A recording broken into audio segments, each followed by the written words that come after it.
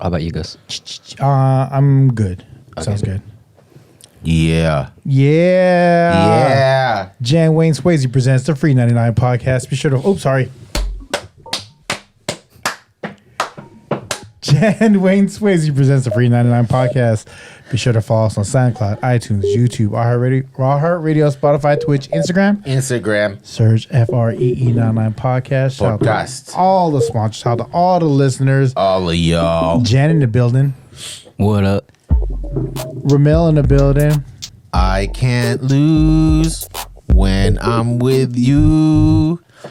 I can't just snooze and miss the moment. You just too important. Nobody like you do. I can't lose.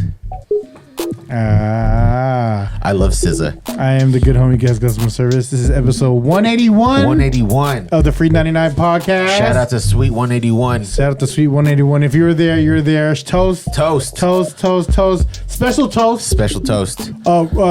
Thankful for the homie Rommel. We got the Grimace. I don't work there or anything. I just ordered it. He did. I want to clarify. The Grimace birthday meal. And the thing is, they say when you have it by itself, it tastes like vanilla, right? Shall we confirm? Yeah. So by itself, yeah, it's kind of vanilla-y. Also, just real quick, fuck paper straws, especially in shakes. Oh, especially in shakes. What the fuck? And especially with bobas. Yeah. So yeah, vanilla, a light hint of berry. Light hint, right? Light hint of berry. Little dingleberries. Little dingleberries. And they said when you... Shout out to Jordan the Stallion, the president of the... Fast food secret club. Yeah. He said when you eat a fry... For how many? I'm going to go for like 3 then. Yeah, I'm going to go... Yeah, who eats just one fry? Please, one fry, dude. You weirdo. When you eat fries, because of the salt content... Yeah. It makes it more berry-esque. Berry-esque because it changes your taste buds. Very good. Let's see very good. Mm-hmm. I have this bad habit of eating my fries and my burger separately. Why is that? I don't know. It kind of tastes the same. It tastes. I don't know. Bullshit, bro. Yeah. This is the same. It's kind of the same. Yeah, I guess they call it Grimace because that's the face I have on because of lies that they spread on the internet. You know, I can kind of taste it now. Can you really? It's a stupid ass paper straw. Yeah, it is a dumb paper straw. What if because this is Grimace's shake, right? Gross. I already know. All right. Go ahead. So shout out to Jordan the Stallion. Shout out to Jordan the Stallion. Shout out to Grimace. Happy birthday, Grimace. I think he just put a little too much on it. He said they have flavor profile scientists and shit who work at McDonald's. The whole thing with the Sprite. That's that story. Oh, the Coke. The Coke is always the best Coke at McDonald's. I have some Colombians that will beg to differ. Hello. No, they said that's the water or something, right? Or the suds or whatever. It's the spirit is super stronger, and the syrup is super strong. Holy Spirit activate. Holy Spirit activate. Holy Spirit activate. Oh, we had a couple of really popping episodes that by the time you guys listen to this one, there have been a couple of episodes that have been popping, and shout out to Rommel for locking in BTK and Emasin. Oh man, that was a really good episode. That one really meant a lot to me, man, because I know. Yeah, because during high school, I had to play tough. I didn't like them, but when you get older, it truly is iron sharpens iron, and you kind of realize the value that they add to your life. What I wanted to ask them. Yeah. After after everything, and then I was kind of digesting how everything was talking about. Yeah. How they felt about elements with no E. Exactly, dude. It was yo, come on, man. That's what kind of sparked the whole thing. We're LMNTS, the 4 LMNTS, and then they have elementary with the E's. But again, it's just high school and just the spirit of competition.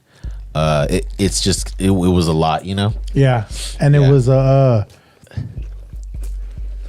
for them, because to see them and then for them to talk and it felt good. And shout out to them again, and because I didn't attend any Dex's services, right? Yeah, and for them to see them, and then to have like that energy. Yeah, and then they brought that big backdrop, or like the signage. It was, and thank you for all the gifts, and it just felt good, you know. It felt good, and actually, I do taste a berry now. Do you really taste a berry? How did that hit? Like a delayed berry? Well, I guess the more salt I eat, the more fries I eat, the saltier the food is. You have a salt packet down here? I don't taste. Well, probably. Yeah, and cheese from under. I think. Dex is just he's a talented dude, man. Yeah. There's not a lot of people who can monetize their passion. That's facts, dude. It's hard, yo. It's hard. We love to do things we love this podcast, and we're really working hard at it. I told someone, I was like, yo, I've been putting in some work, and it really is like a second job, bro. Yeah.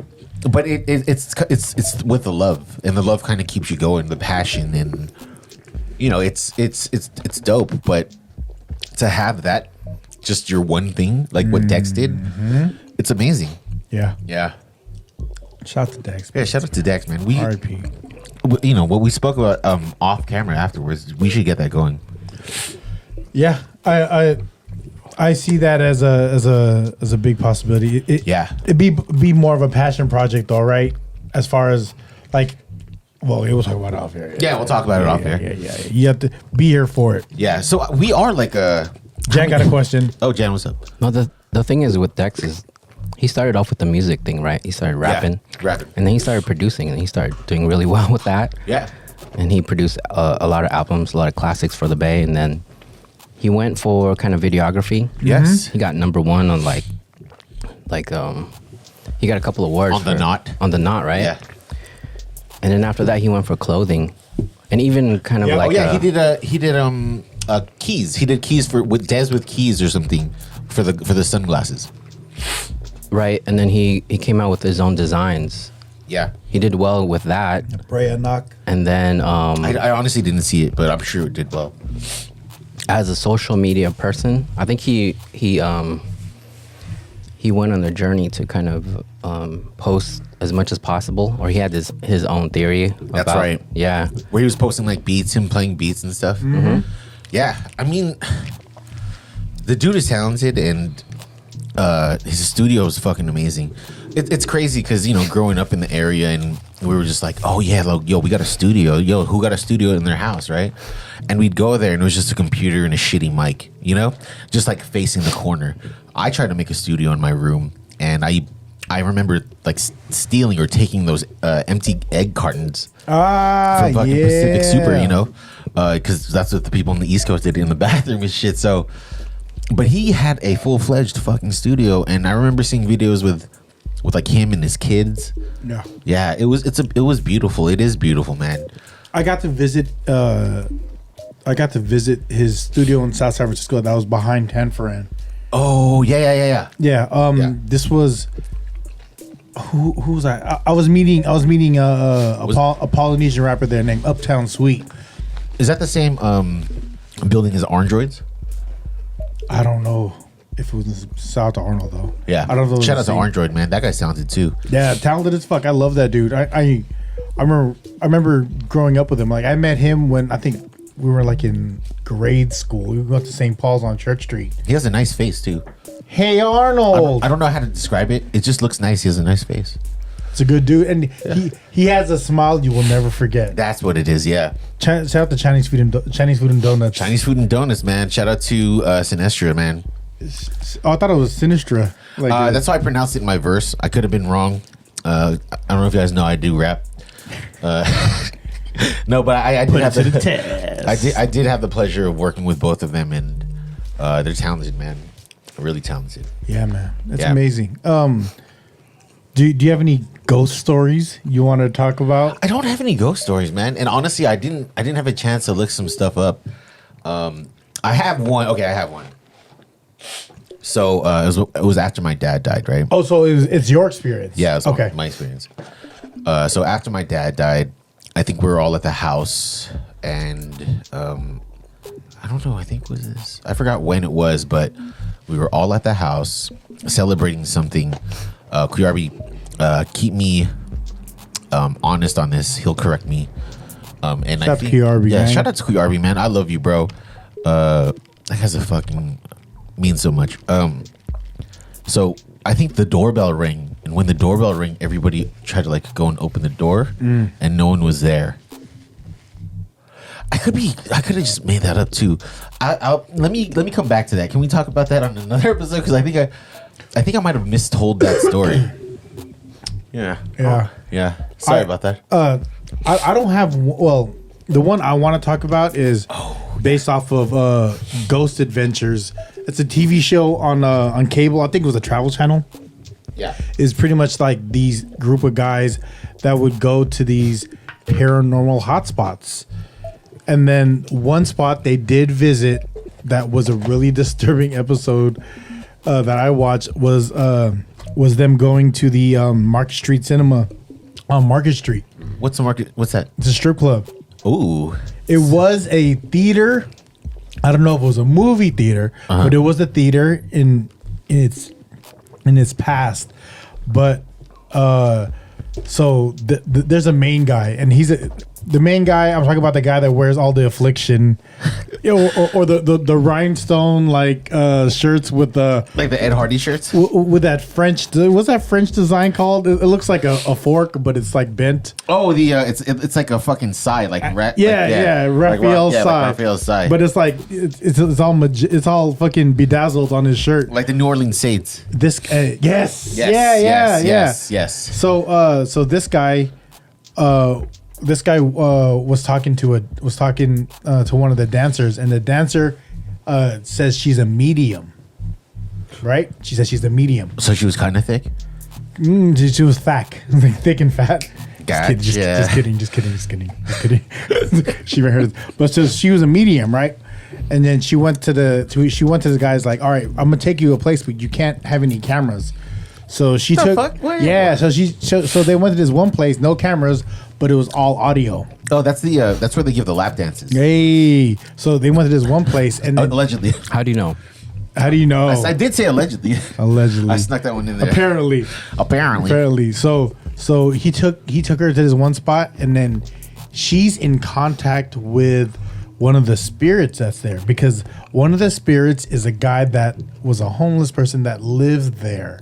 Apparently, there was he lived on the bottom floor of the it's like the storage area of the strip club, and then a pipe burst, and he died. Drowned? He drowned there.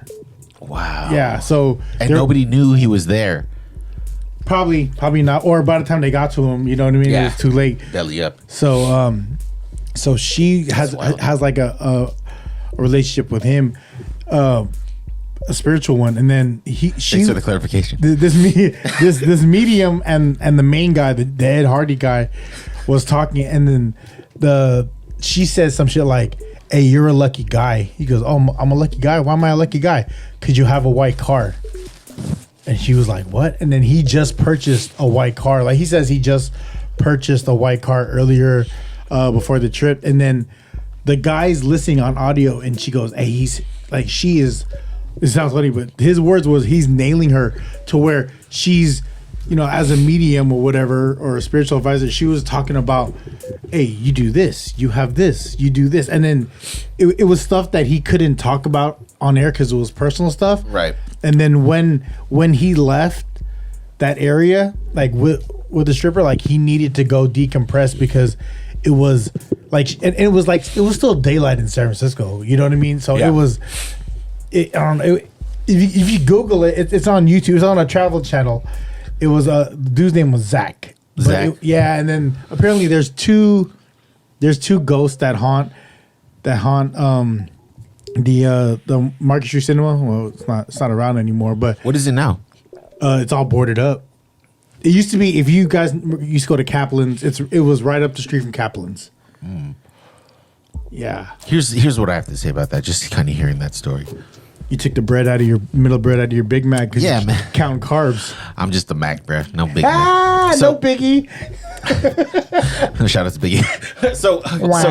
So for her to know the information of that guy's finances, that means she's a really good stripper. Google her. Oh yeah. Yeah, because she's like, oh, this motherfucker got money. But she was mentioning like personal family stuff. Yeah. Wow. I wonder. See, that just leads me to so many questions. Like, why are you stripping? You know, it's like to get her clients. No, but it's like, you know, it's like, she's stripping to get like clients to read, or she's reading them as she's stripping. That is an untapped market.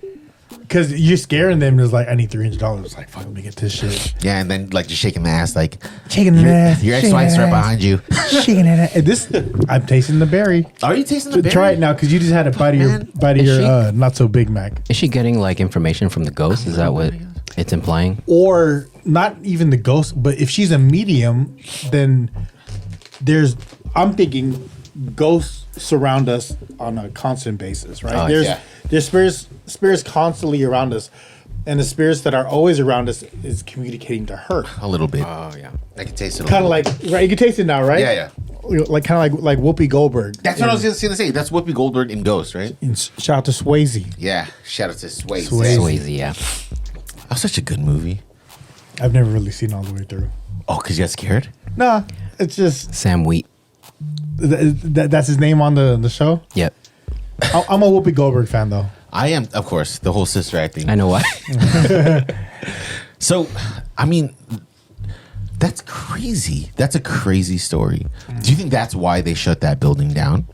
Oh, that building had it coming. Like, it was not. It was. Shout out to my boy Hot Chocolate. He used to work there. I'm sorry. Hold on. His name is Hot Chocolate. Your boy? Okay. Yeah, he was a DJ. Okay. Yeah, shout out to Choc. R.I.P. Choc. Yeah. Yeah. Oh, R.I.P. Choc. Yeah, but then keeping that hot. It was an interesting strip club. Like, it was hood.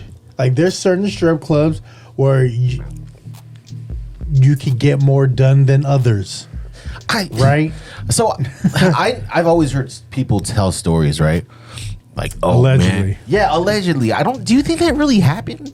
Like, do you think like strippers who fly in all across the country and work the weekends at like Vegas are just giving it up like that? Like, oh wow, I'm really attracted to this guy.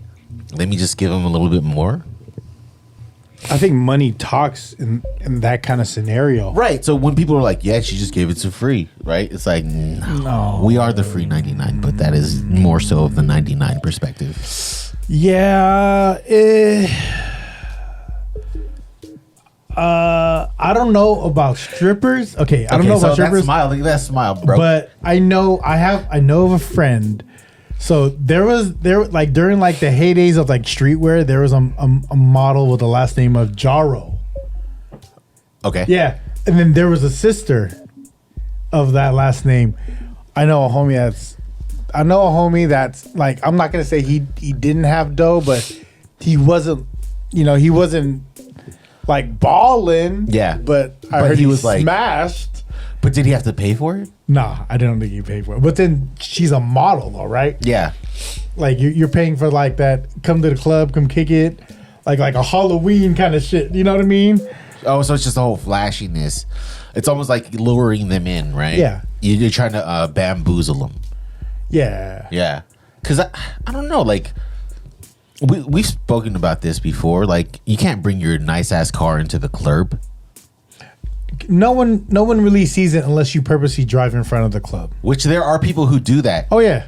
I was getting ice cream with the kids in Sacramento, and some dude was like busting his music hella loud, like driving in the front in like fucking 90-degree weather where nobody gave a fuck. At the ice cream shop? Yeah, we're like, bro, we're just trying to get ice cream, dog. You have like old people here, like it's chill. Well, what song was he playing? I don't know, some Meek Mill song, I think. But it was like it's like a sunny ass day, and it's like, yeah, I get it, all right, you know. Are we old? Yeah, for sure. Are we old? Because that was us. Well, that was me 20 years ago. I think the difference between kind of the flamboyance of now versus then is then was more so a show, right? Sure, the music was loud, but you drive by slow, you catch eye contact, you know, and you just kind of like let them know who you are. Nowadays, it's more so about just being obnoxious, you know, like just hella revving and fucking like busting donuts. That, yeah, I could see, but that was also, I was also of a time to where that was being done, but it wasn't on camera. We weren't. Yeah. You know what I mean? Like I know a lot of people who got down like that. But you weren't doing that for the attention. You're doing that for attention. But why was it off camera? Because there wasn't camera phones. Oh, I got you. I thought like it was like, I put that down. Like, don't you know what I'm saying? No, it was now everything I feel now is for the camera. Absolutely. It's everything now. It's so stupid. Yeah.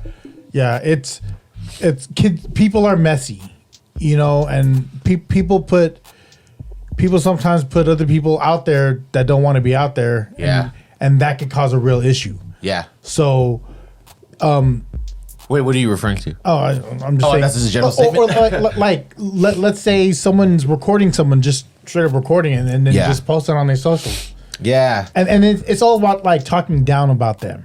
Yeah. Right? Yeah, it is. Yeah, and it's that kind of gets to me because there's like until that like to them, a lot of the kids, they don't see it as anything wrong. Yeah. That's what they're thinking out loud, but they're letting everyone know what they're thinking and not just the select 5 people anymore. Were we that way though? Like, because now that I'm thinking about that, you know, like there was always that dude in the back of the bus just fucking like blaring his fucking like his tape deck, his boombox. Yeah. But it was like, I guess he thought it was just dope, right? But was it obnoxious? Was it the same level as it is now? I just think kids nowadays are fucking annoying. Like, it's also that we're old. Yeah, that's true. It's also that we're old.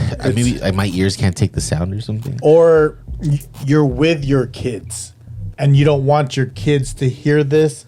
Or if you were there by yourself, you'd be like, I don't care what this guy's doing. But if you're there with your kids, someone's blaring music, and there's a lot of cuss words, and they're revving, and it's all of it's unnecessary. You're like, get the fuck out of here. You know what I think it might be? I think it might be their choice of music because you know, like it happens. We're driving around. If it was like Sugar Hill Gang, no, if I was like fine. Sugar Hill Gang, like boo. I'm like, look at that washed ass dude. But it's like it's usually what I notice, right? It's usually somebody like an independent artist that they like start bumping, and it's not as appeasing to the ears, right? Nobody's like ever bumping like something that's kind of popular. Or you get like somebody on a Harley who's playing like just Highway to Hell or some kind of Step in the Name of Love. I seen. Shout out to that guy though. That's fucking dope. Yeah, that dude like at the stoplight knocking Step in the Name of Love super loud on a Sunday. Just because like nobody would say anything to him, even though he's still playing R. Kelly. But it's a good track. It is a good track. Like I'm sorry R. Kelly is nasty for what he is, but what he did for music was crazy. He's a nasty individual. Bottom line, right? Yeah. Bottom line. That and Fiesta, right? Fiesta or something. Yeah, Fiesta. The Best of Both Worlds was one of the worst albums ever, though. But what about the remix to Ignition? Hot and fresh out the kitchen. I mean, okay, R. Kelly, yeah, okay. The songs he wrote, I believe I Can Fly, or You Are Not Alone, right? Didn't he write that one for Michael? For MJ? Did he? I think so. You know what I just found out? Space Jam, right? Space Jam, yeah. Space Jam. Yeah. That was aimed towards all the kids. Oh, easy. Hey, so, easy. What I found out is that Prince, you know how Sinead O'Connor and Prince have that one song that they both sang? What was it? Was it Nothing Compares to You? No. To you. I think so. Yeah, I think it might be Nothing Compares to You. Prince actually wrote that song. Oh, I can see that. He was fucking really smart when it came to music. He said, you know, I will never cover another person's song. He'll only do his own songs, and he won't let people do covers of his songs. because once they do it, there's like some sort of like law or some rule where whoever covers that song now kind of has their own touch to it, so it's their own song. You Are Not Alone, song by R. Kelly. Look at I remember that was kind of a doo-woppy album too, right? Mm-hmm. Yeah, R. Kelly, man, he had bad bedroom etiquette, but in the stew, he can get down. Yeah, he's a filthy individual, but music, it's like good music. Sorry, I'm gonna say this, but good music, or good content always comes from a dark place. That's true. Comedians, real good comedians, have dark, have like those skeletons. You know what I mean? Musicians have those skeletons. Like Elvis Presley was not a stand-up dude. Yeah. If you really do your research on, I really wasn't. He is the whole racist thing, right? not even that. It's a lot of artists up until like recently were marrying really young girls. Like they were they were being called the guardians of this girl because they were underage, so that girl could travel with this person. Then when they became of age, then they would marry. Yeah. Shout out to Woody Allen. So it's like, let's talk about this. Elvis Presley. Let's talk about this whole age thing, right? Oh yeah, that's right. Because what's her name was young when they got married. Yeah, that he was in the army. That if you watch that Elvis movie, the Elvis movie is really good with Tom Hanks. Is real fucking good. With Snowman, that's a real good movie. Like, it is. It's a real good movie. So if you watch that, even the guy that played Elvis did a really good job. He did, because he got the sign off from the family too. Because he looked like him. He had to dance. He had to talk like him.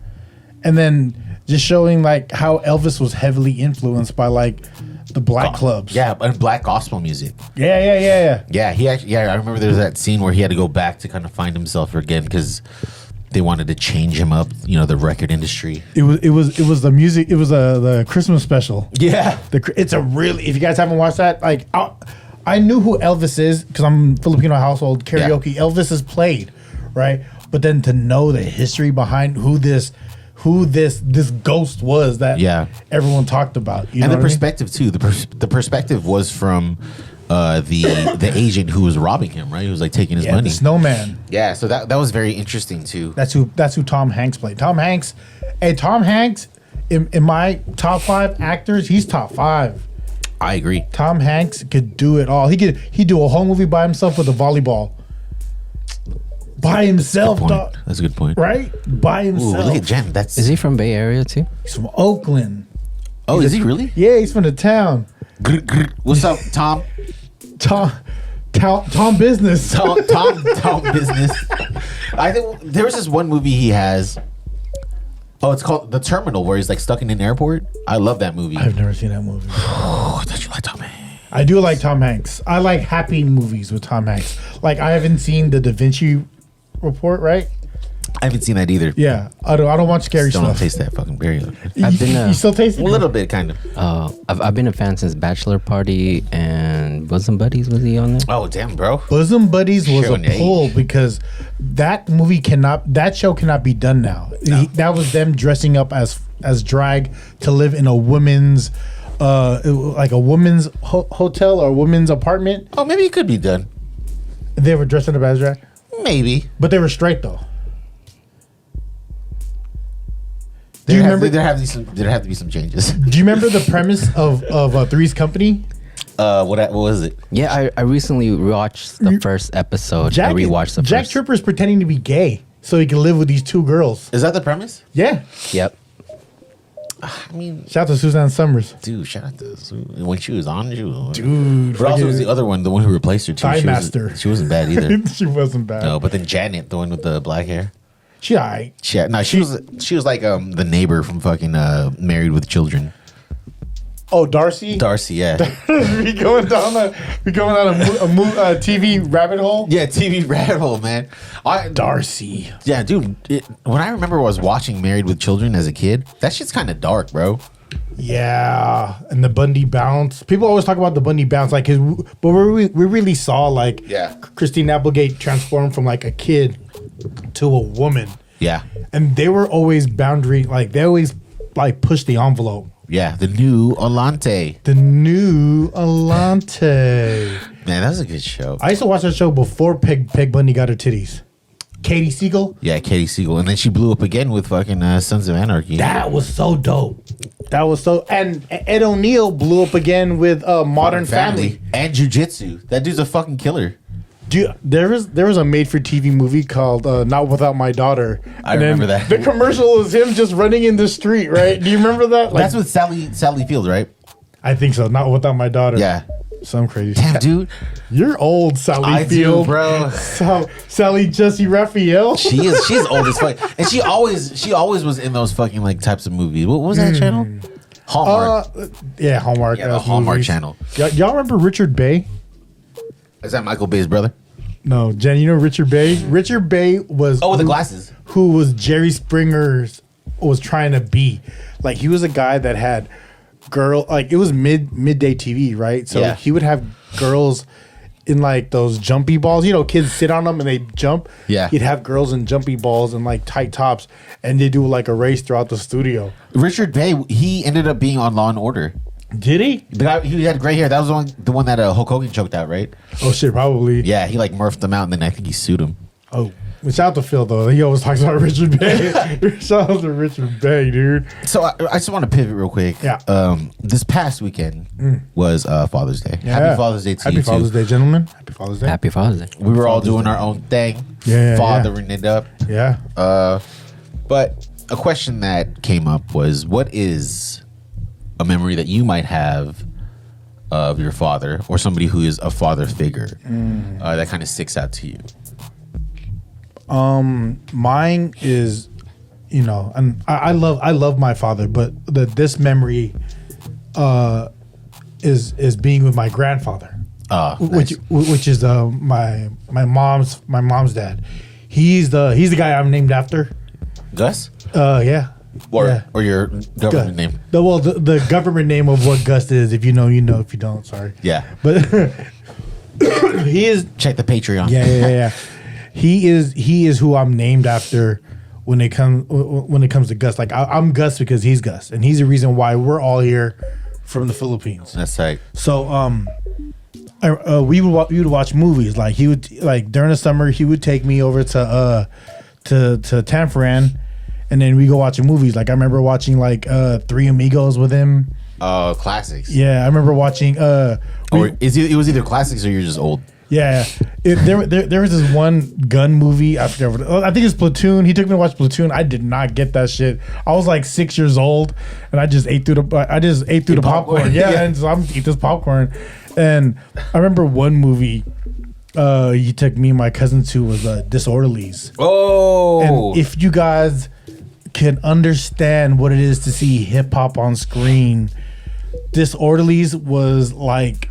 The Fat Boys. Yeah, it was hilarious. It was they had this rich old white guy, and they were pretty much his nurses. Yeah. So you know what I mean, and just seeing like making my grandfather watch that, he was so pissed leaving. Was he really? Like, what did you bring me to watch? What kind of movie is this? Like I wanted to watch a real movie. You got him back for Platoon or something? Yeah, but it was me and all my cousins. Like we cornered him. We were like, we want to watch this movie. I remember the newspaper because before you want to know what movie was playing, you had to have a newspaper to see. And we circled it. We were like, oh yeah, we want to watch this movie. And he was like, all right, Newspaper. Newspaper. Shit. Shout And that out was to before those. 777 film too. Yes, it was super old. I remember one time though, it was just me and him. And then I didn't want to watch a movie. He goes, "What do you want to do?" He goes, he took me we went to the store, and then he goes, "Well, what do you want?" And I picked out this Transformer. And he was like, "Oh, we'll get that." And we left, and you bought it for me. And it was like, we didn't even watch a movie. It was just him spending time with us. That's amazing, dude. And it was a lot of time with me, and I miss that dude tremendously. You weren't the only grandkid, right? Nah, but I was the youngest. Well, my cousin Alex is younger than me, but I was the youngest when all my other cousins were kind of older. Yeah. You know, like there's gap. the wave of like kids. Yeah. So I was the youngest out of that group, and then Do you think you were his favorite? I mean, you have the fucking name, so it's probably the probability is high, right? I know. When later on in his life, when I know I gave him haircuts, and I know I brought him quesadillas. That's tight. I know I would get his lottery, and I always get the numbers wrong, but I made time for him because he always made time for you. Yeah. Shout out to you, OG Gus. Yeah, and that's OGG. Yeah, and my son also has that name, so that's amazing, dude. That's my dude. I love you, Daddy. What did you call? Daddy. Daddy? That's Daddy, because it's Filipino. Like my mom, like it's Daddy, right? But then they're Filipino, so it's Daddy. So everyone called him Daddy. So that my grandfather was Daddy, and my sounds like Slick Rick. My Daddy. True, and my grandmother was Mommy. Mommy was so mean to me, but I loved her still. Why you're so fat? Yeah, for reals, man. How come, Filipino families are too worried about weight when they end up with diabetes and shit. Yeah. Like, you need to worry about your own weight, family. Wait while I drink this Grimace shake. Yeah, but then they're always asking you to eat. Exactly, dude. Don't leave any food. And then they're trying to remind us of people who don't have food. But then when we do eat the food, then we're fucked. Certain like it's all the anger. I'm sorry about that. No, I felt that one though. Filipino culture. We poke fun at the ones we love. Yeah. Or we fuck with the ones we love. Right. You're allowed. Like you are more so yourself. You are more so willing to speak freer with people that you love and you're closer to, and it may hurt. I think one thing I noticed about the Filipino culture when it comes to comedy, or just even like with kids or something, they'll fuck with you, right? They'll be like, "Oh, it's your birthday," Like, I didn't know it's your birthday today, and you're like, "Fuck, man, this actually this is my birthday party." I was like, "This actually means a lot to me right now, dog." Happy birthday from Mel. Like you really, you walked in under the balloon arch. Yeah, like you're really fucking making a core memory right now. You know what I'm saying? And then he's like, "Get me a Coca-Cola." Exactly. Oh, then it's like shake that bitch on the way over. And then like another one would be like, and I'm sure any Filipino has gone through this, where you did something for, well, let's just use the father or your mother. You did something super thoughtful, whether it be a gift, something tangible that you could present to them. Yeah. And you've already set in your mind the expectation of what's going to happen, that you're going to be happy. You're going to get that kind of like, they're going to recognize you. Yeah, and then you give it to them like, oh, this color? I don't want this color. Just like fucking around. But then you're just like broken, right? Like, fuck, dude. Has that happened to you before? My dad didn't show very much emotion. Yeah. Like my dad was, until this day, a gambler. So he never he like I've never seen my dad cry, I think. Oh, that's okay, good.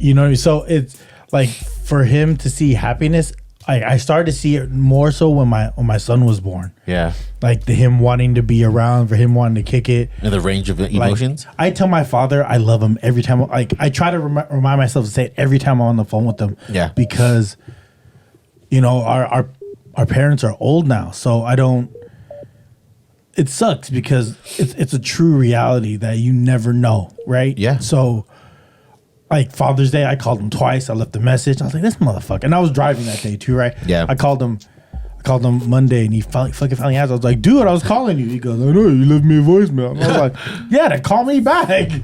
So just, I love my dude. And then he's just a grumpy guy, but. Yeah. He knows though. Yeah. That's just his way of reciprocating, right? Yeah, but when I get him tight shit, he just puts it on. He doesn't say anything.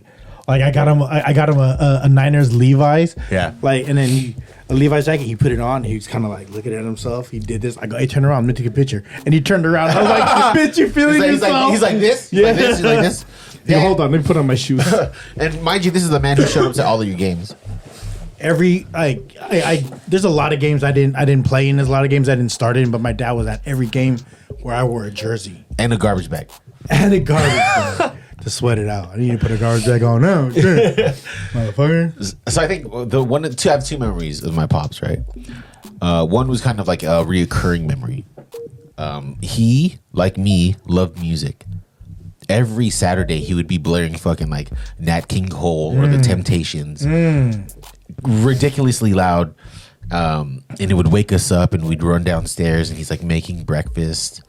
And then after that, every time we would go and do work in the backyard, manual labor.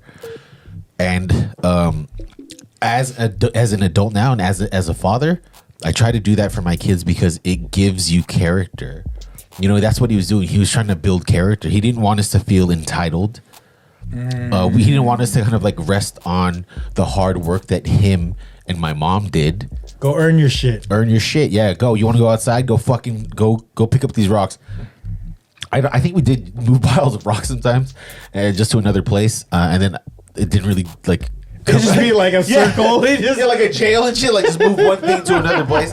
It's like, I mean, yeah, we'd like rake leaves and sure we'd like clean up the rubbish, but that rubbish. Yeah, that's one memory that and lesson that I tried to instill with my kids. Second one is my dad loved boxing. I mean, he had VHS tapes of like Rocky Marciano. Oh wow, really? Yeah, all of the fucking fighters, dude.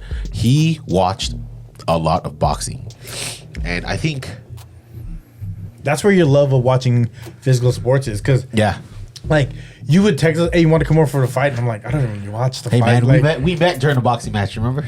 Yeah, but we didn't talk. That's true. Shout out to No Detail. Fully laced. So I think it was right before he died. Manny Pacquiao was kind of coming onto the scene. Okay. And, the Philippines had never seen like a boxer. I mean, before they had one, but they hadn't seen one who represented the country so fully. And I remember he was the main attraction now. At this point, at that point, but even at that point when my dad saw the fight, because my dad passed in 2002, he wasn't like the main attraction. He was just like there. Still on the undercard? Yeah, he was there, right? And I don't know if my dad saw like how good he was going to be, but he felt that he was carrying the nation. And I saw my dad. Thank you. And I saw my dad tear up, and I was like, what's wrong? And then I don't know if he definitely did not explain it to me. I think my brother might have explained it to me, but just to see kind of like he's like, we out here. Yeah, that's what exactly we yeah, call the national pride, right? Like he had pride of the Philippines. Yeah, he had so much like pride in the Philippines that it brought him to tears, and I thought that was just a beautiful thing. No lie, like like I love sports, right? Yeah. I mean, especially on the national stage, like whenever there's a Filipino like football player or a basketball player, I'm always like, ugh. Even though if they have, I'm like, ugh. Yeah. That's what's up. We out here. You know what I mean? Especially if you go to their IG, you can tell more because they'll put the flag in their bio, and it's like, that's sick. See, but at the same time, right? The whole thing about talking about the Filipino culture and how we kind of like treat each other, right? If there's like a Filipino team like on the Olympics and there's like maybe 3 or 4 people, everyone's gonna be like, wait, what the fuck sport are they playing, right? Because we saw that whole like mess that they had when they were trying to do like diving. There's that clip of that guy just fucking like eating shit. Yeah, it was a bad day. Yeah, but people are allowed to have bad days. But at the same time, that's like the reaction. I feel like that's the majority reaction to Filipinos. Who's this guy, huh? What's he gonna do, right? Yeah, exactly. And then, but little do we know, these guys made it. They worked like a fucking for 4 years to make it to this fucking place, right? What if this dude had like the flu and he had the dog shittest day, and they're like, I'm just gonna do it. It's the fucking Olympics. He like passed out like mid fucking flip, right? Dog. Like what if like an anxiety just hit him? He's like, I'm here on a national stage. I'm eating shit right now. Like, think about like that 5 seconds of I just ate shit. Like before he hits the water, he already knows. Like, I just want to go to the locker room now. But like, what about let's do it in reverse though, right? Let's look at the opposite end of the spectrum. So what if he's like, what if he's like fucking laser focused, right? And he's like stepping out on the plank or whatever. And he jumps, and he's like, oh shit, did I leave the oven on? And it's just like, just fucking eats it. Jack, what about you? You got any memories? Yeah. I love that diving team, the Filipino diving team. Shout out to that. That's Shout his out to memory. you No, but Hey, we should make shirts that say Filipino diving team. Dude, that'd be sick. FREE99 Filipino diving team. I'm down, bro. Free stuff. that's a genius idea. I was watching this thing Buy our merch. that Adonis put up today in his stories. Shout out to Adonis. He's doing really well. Hey, shout out Adonis. Shout out to you, sir. So the guy talking, he was kind of like, the fathers in the old days, like they didn't really know how to express love, and there wasn't really like that wasn't around for some reason, and I don't really get along with my father because of that. Growing up as a kid, sorry to like kind of bring it to like No. like a low. No. Let's feel it. I want to feel this one.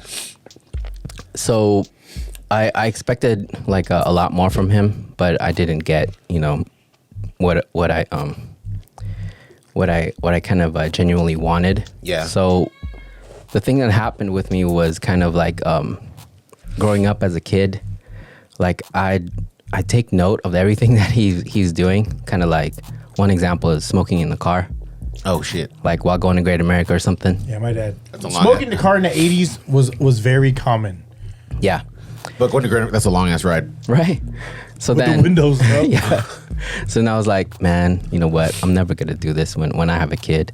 And there was so many of those things that he did that I told myself, I'm never gonna be like this guy.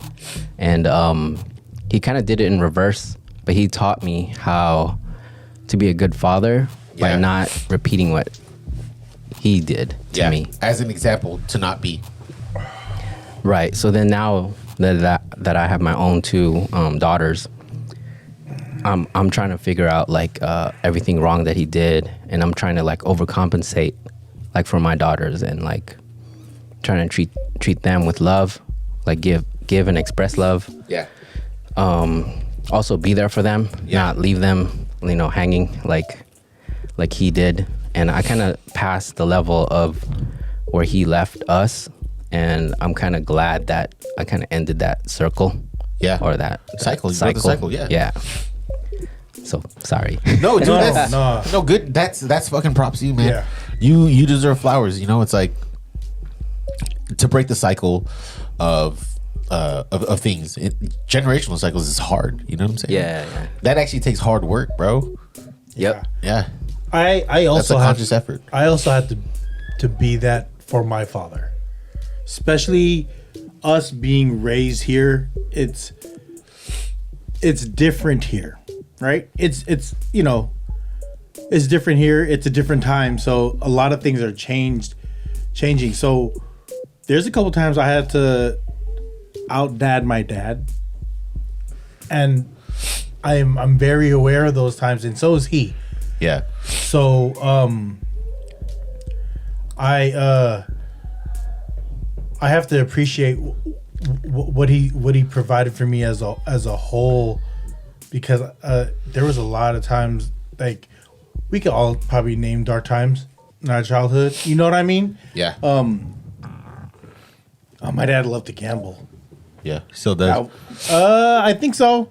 Not as heavy. He played pony now, so when you play the ponies, you have to do more homework. Yeah. You can't just go in there willy nilly. Like, play the ponies he bet on horse races, but my dad was a gambling man, like gambling man, like did it affect the family? for sure it did. Yeah. For sure it did. So, Sure it did. for me, I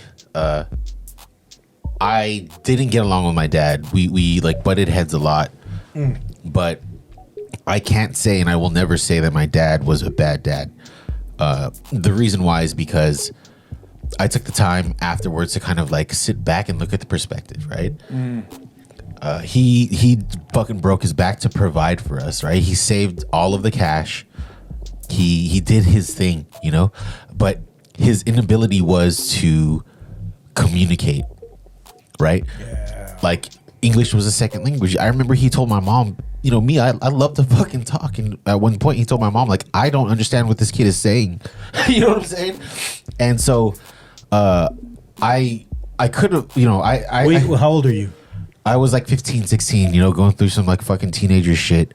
Were you talking to your parents like in slang? No, you know, the thing is too, is that, you know, I figure label myself as the black sheep of the family because my brothers were very respectful to my dad, especially my brother Ronald.